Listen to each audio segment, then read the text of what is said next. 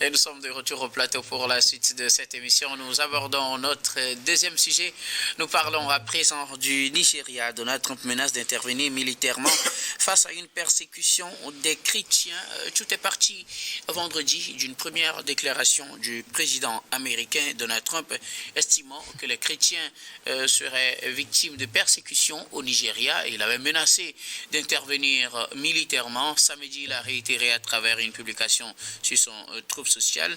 Et puis aussi, dimanche, lors d'une interview accordée dans son Air Force, Air Force One, bien sûr, il est revenu sur la situation. Pour lui, les musulmans attaquent les chrétiens. Il s'agit bien et bien d'une persécution et les États-Unis ne vont pas laisser cela se produire. Il faut dire qu'il y a plusieurs lobbies aux États-Unis qui ont souvent ramené le problème là sur le tapis, appelé à des actions contre essentiellement Boko Haram, ce groupe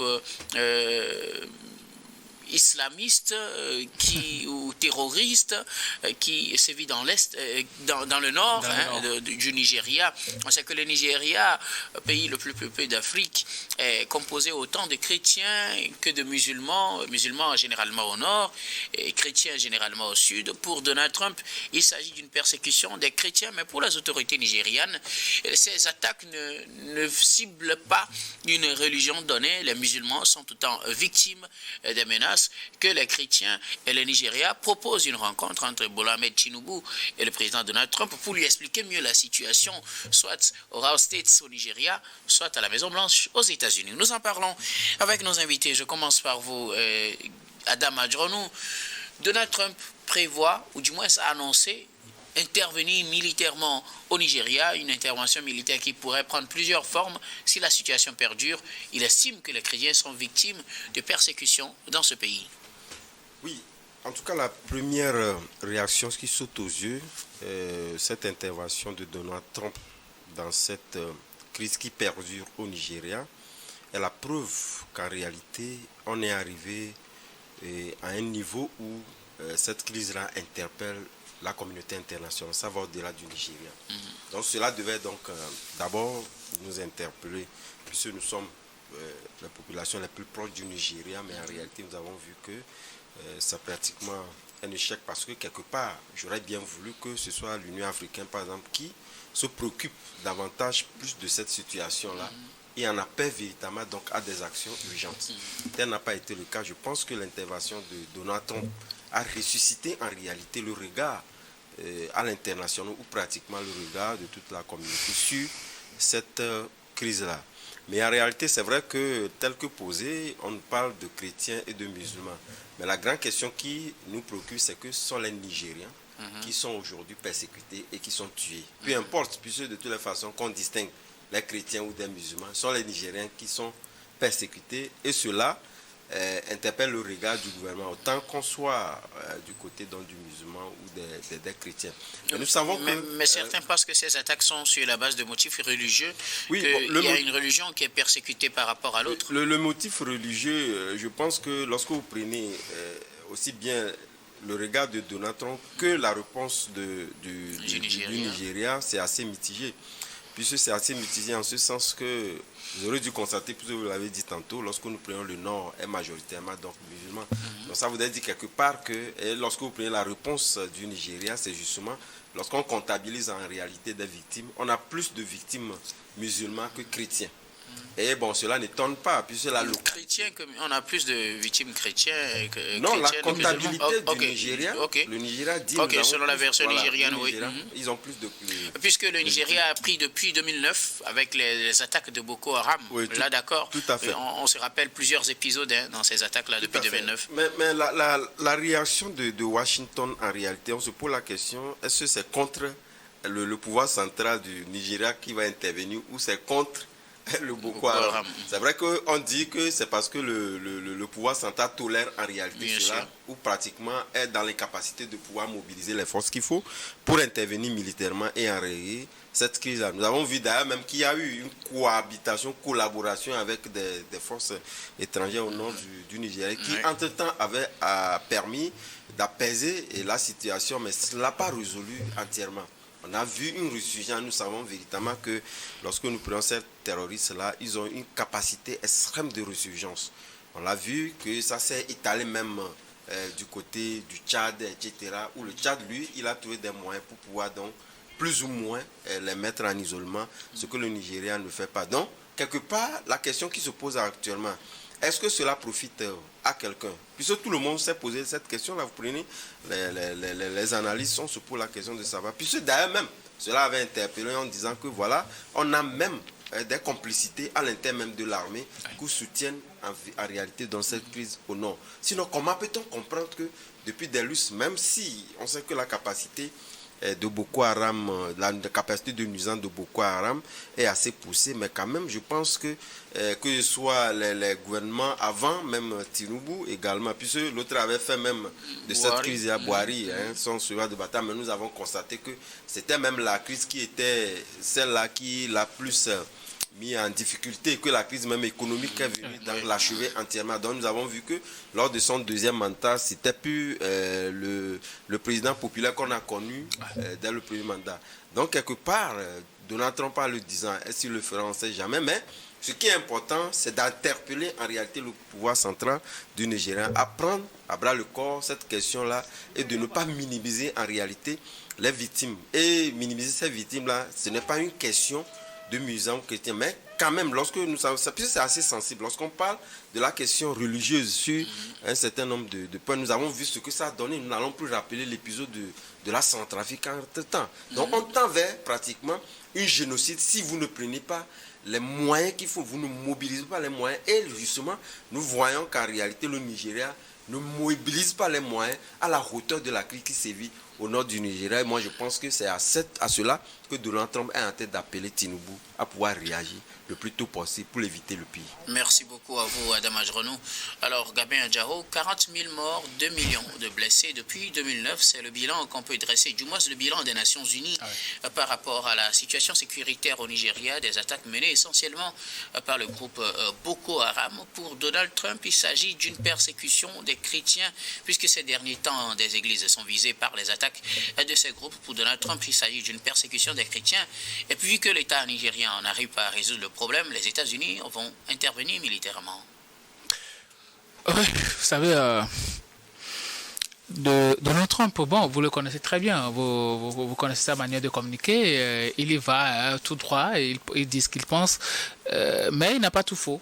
Il n'a pas tout faux, même si on sait très bien que les États-Unis ne vont pas quand même intervenir comme ça, tout droit, sans l'accord du Nigeria, parce que vous savez très bien, le Nigeria est un pays souverain, et donc on ne peut pas aujourd'hui, en 2025, intervenir dans un État comme ça, quand même, sans l'aval des autorités de cet État-là. Mais tout compte fait, il faut reconnaître que Boko Haram, c'est une organisation islamiste et qui n'aime pas du tout l'éducation occidentale et tout ça. À chaque fois, il kidnappe les gens, mais il faut reconnaître quand même que la plupart des victimes, ce sont des chrétiens.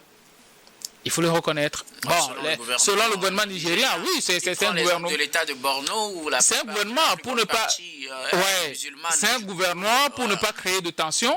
Ben, ils vont communiquer de telle sorte. Mais nous savons très bien que la plupart des victimes, d'ailleurs la dernière attaque, ça fait les dernières attaques. Voilà, on sait très bien que bon, ce sont la plupart du temps les chrétiens qui sont ciblés par le Boko Haram et tout ça. Donc à un moment donné, il va falloir mettre fin à tout ça, sachant que très bien que la plupart du temps nous parle des hauts gradés, des officiers ou autres qui à un moment donné protègent Boko Haram. Ce qui est encore plus inquiétant, c'est que à chaque moment on a l'impression que ce groupe-là grandit, ils s'enrichissent, ils ont beaucoup plus de moyens. Alors, qui leur donne ces moyens-là? C'est la question qu'il faut se poser aujourd'hui. On parle tout le temps du terrorisme dans l'AES et tout, mais le Nigeria vit une situation très compliquée d'insécurité. Boko Haram ne facilite pas du tout la situation au Nigérian. Et donc, surtout dans l'état de Borno, Waplé et tout ça, là, c'est très compliqué pour ces populations d'arriver à se déplacer, même. Certains n'arrivent plus véritablement à aller à l'école et tout, parce qu'ils ont peur de se faire kidnapper. On se rappelle très bien de ces histoires des filles de... Voilà. Et d'ailleurs, ces filles-là, la plupart sont des musulmanes. Vous voyez un peu? Donc, on peut dire que personne n'est épargné dans cette histoire, même si les chrétiens sont la plupart tués, mais personne n'est épargné. Et donc, l'État nigérien devait prendre quand même toutes les mesures possibles. Et même si à un moment donné, il faut ameuter la communauté internationale ou bien les alliés, je pense qu'il va falloir le faire. Si réellement on a envie de mettre fin à cette situation, parce que Boko Haram mène la vie dure, non seulement au Nigeria, mais aussi aux pays voisins. On se rappelle de la dernière excursion de Boko Haram au Tchad. Oui. Donc, personne n'est épargné, ni le Nigeria, ni les pays voisins. Et donc aujourd'hui, pratiquement tout le monde doit arriver à s'organiser autour de cette affaire-là pour pouvoir annihiler Boko Haram. Parce que dans les normes, si on voit très bien, cette organisation-là, ça a des tentacules un peu partout. Hein. Même, on peut voir des gens qui œuvrent dans Boko Haram, qui apportent quand même leur soutien aux terroristes de l'AES, et même dans nos pays. Parce que c'est une organisation, ils ont beaucoup d'affidés, et donc, ça ne permet pas véritablement d'asseoir une véritable sécurité dans la sous-région. Et donc, dans les normes, moi, j'ai un peu été un peu perplexe par le silence de la CEDEAO et même de l'Union africaine dans cette histoire-là.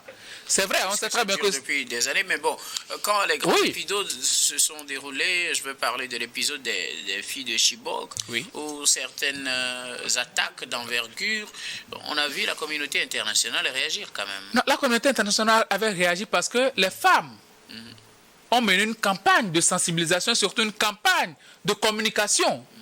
Et bring back our girls. Les femmes ont lancé cette campagne de communication-là. Et donc, c'est ça qui a amené la communauté internationale. Sinon, en temps normal, même les États n'ont rien fait. Ce sont les gens, les artistes, les femmes, les organisations de défense des droits de l'homme, les organisations féministes, autres là, qui ont quand même amené la communauté internationale. Aujourd'hui, Donald Trump, ce qu'il est en train de dire, c'est de mettre beaucoup plus la pression sur le Nigeria. Vous avez vu que le Nigeria, Bola Tinubu, il va se dépêcher pour aller quand même expliquer la situation à Donald Trump. Et donc, j'espère qu'ils vont essayer d'apporter quand même des solutions idoines à ce qui est en train de se passer, parce que plus d'une cinquantaine de mille de morts dans cette histoire-là depuis 2009, ben ce n'est pas du tout chose aisée. On est en train quand même de vider le pays de ses bras valides.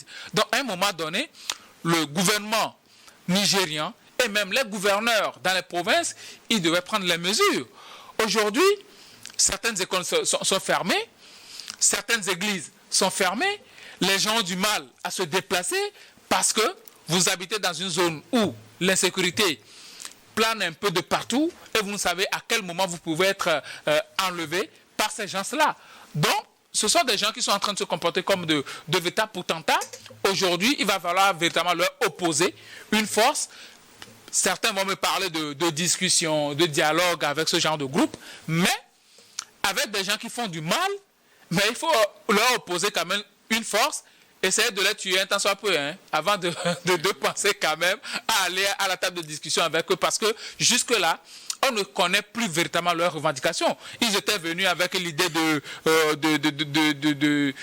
bouter hors l'éducation occidentale, d'implanter juste l'islam et tout ça. Mais aujourd'hui, ils se détournent complètement de leurs objectifs. Et là, il faut véritablement arriver à annihiler ce groupe terroriste, parce que ça embête non seulement le Nigeria, mais aussi ça embête les pays environnants au Nigeria. Merci beaucoup. Avouga bien Adjao. Alors, Adam Adjranou, ce qui se passe, c'est que le Nigeria estime que cette persécution, ce n'est pas d'abord une persécution contre les chrétiens, et que ensuite, ce n'est pas seulement les chrétiens qui sont visés par ces attaques, et qu'il vaut mieux expliquer la situation en détail à Donald Trump. C'est moi la réaction du Nigeria que je n'ai pas compris. Est-ce pour éviter une intervention militaire des États-Unis? Selon vous, cette intervention, ce sera contre le Nigeria, c'est-à-dire les forces armées nigérianes, ou plutôt contre Boko Haram ou les groupes qui font ces attaques? Comment cela va-t-il se passer? Est-ce pour cela que le gouvernement nigérien demande à rencontrer le président Donald Trump? Et si oui, est-ce que cela pour apporter des solutions? J'ai posé autant de questions en même temps, puisqu'on n'aura pas le temps de faire un autre tour. Ce qui est important, ce n'est pas forcément un aveu d'impuissance ou de faiblesse qu'a exprimé le Nigérien envers Washington. La réalité, c'est ça un peu. Lorsque vous prenez ces puissances-là, qui en réalité, eux, ils sont loin en tout cas des théâtres du conflit, et ont pratiquement haute perception de ce que subit en réalité le pays. Vous allez dû le constater, ce n'est pas seulement pour le cas nigérien, lorsque vous prenez d'ailleurs même dans nos pays, ça a été toujours le cas, où on fait une mauvaise lecture de la situation. Et donc je pense que la question qui se pose aujourd'hui, ce n'est pas en réalité une réponse face, en tout cas, à cette poussée, à cette expression de Donald Trump face à cette intervention-là. C'est en réalité de comprendre, mais je le disais dès en l'entame de ma prise de parole, qu'en réalité, la réponse du Nigeria a été donc mitigée. C'est pour faire quoi? C'est en réalité pour interpeller encore, en tout cas Donald Trump, de pouvoir donc collaborer pour résoudre en réalité le problème. Puisque, je le disais, lorsque vous prenez la force mixte multilatérale qu'on avait mis en place, composée donc... Pour le bassin du lac Tchad.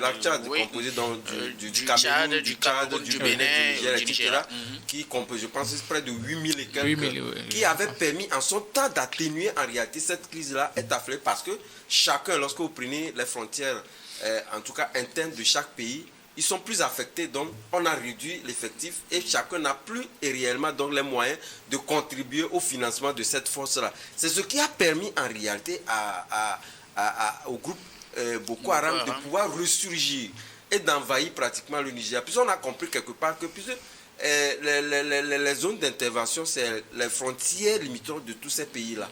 Et donc justement parce que chacun s'est recroquevillé sur lui-même a fait que le Nigeria subit en réalité ces effets-là. Donc si en réalité le Washington pouvait intervenir au lieu de venir frapper, en tout cas le Bola Tinubu et son gouvernement, je n'en sais rien, il faudrait quand même qu'on puisse l'expliquer et de pouvoir le mobiliser à pouvoir intervenir militairement aux côtés du minuscule noyau qui reste de cette force-là pour en réalité donc combattre efficacement cette force-là. Dans votre logique, ce ne sera plus une intervention uniquement au Nigeria, ce sera dans la région du bassin du lac Tchad. Oui, tout à fait, parce que le Nigeria ne va pas expliquer à Donald Trump de ne pas venir m'attaquer, mais c'est pour l'amener à comprendre la situation, au lieu d'avoir les forces pour venir attaquer le Nigeria, parce que pour lui, le Nigeria permet ou tolère pratiquement ces meurtres-là. Il faudrait quand même qu'on mobilise et orienter le regard de Donald Trump à pouvoir intervenir sur le théâtre de guerre que d'intervenir pour punir ou peut-être, en tout cas, contre Tinubu et son gouvernement. Il faudrait quand même aller. C'est à ça que, parce que lorsque vous lisez un peu la réaction, c'est de ça qu'il s'agit et non pas pour aller dire à Donald Trump de ne pas venir attaquer le pouvoir central de Tinubu. Merci beaucoup à vous, Adam. Gabin Adjaro, de quoi a-t-on peur? A-t-on peur? Si oui, de quoi a-t-on peur?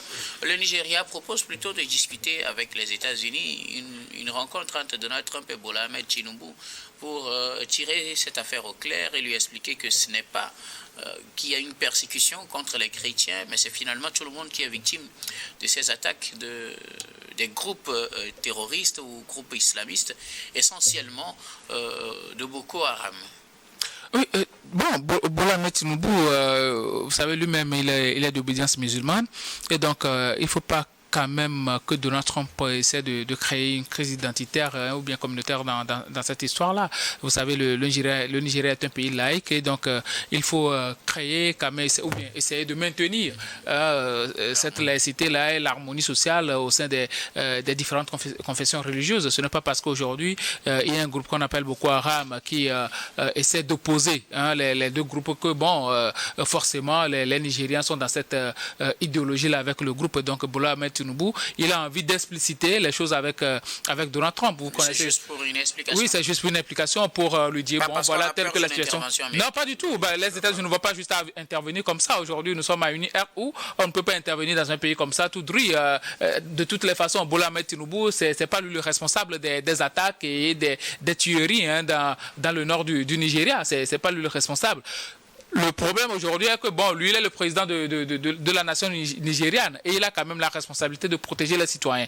Donc, si les États-Unis doivent intervenir aujourd'hui, ce n'est pas pour venir frapper la présidence du Nigeria ou bien pour venir attaquer Bola Ahmed Tinubu, mais c'est pour beaucoup plus apporter un soutien à l'armée peut-être nigériane contre Boko Haram. Parce que j'ai l'impression que Donald Trump voit que, bon, il y a une communauté qui est marginalisée par rapport à l'autre. Et donc, il faut apporter un soutien à cette communauté-là. Vous connaissez très bien Donald Trump par rapport à son appartenance religieuse et tout ça. Il est chrétien lui-même et donc il a une forte conviction dans ce domaine. Donc, il peut dire que non, je ne peux pas permettre à ce que des amis chrétiens soient marginalisés dans cette zone-là. Donc, je dois apporter quand même de soutien à cette population. Donc, je pense que Bola Ahmed Tinubu, pour essayer de recadrer un tant soit peu Donald Trump, il n'a pas voulu aller dans le sens où Donald Trump, lui, il a écrit sur X. Lui, il veut apporter quand même des explications frontales à Donald Trump pour lui dire, bon, voilà, telle situation.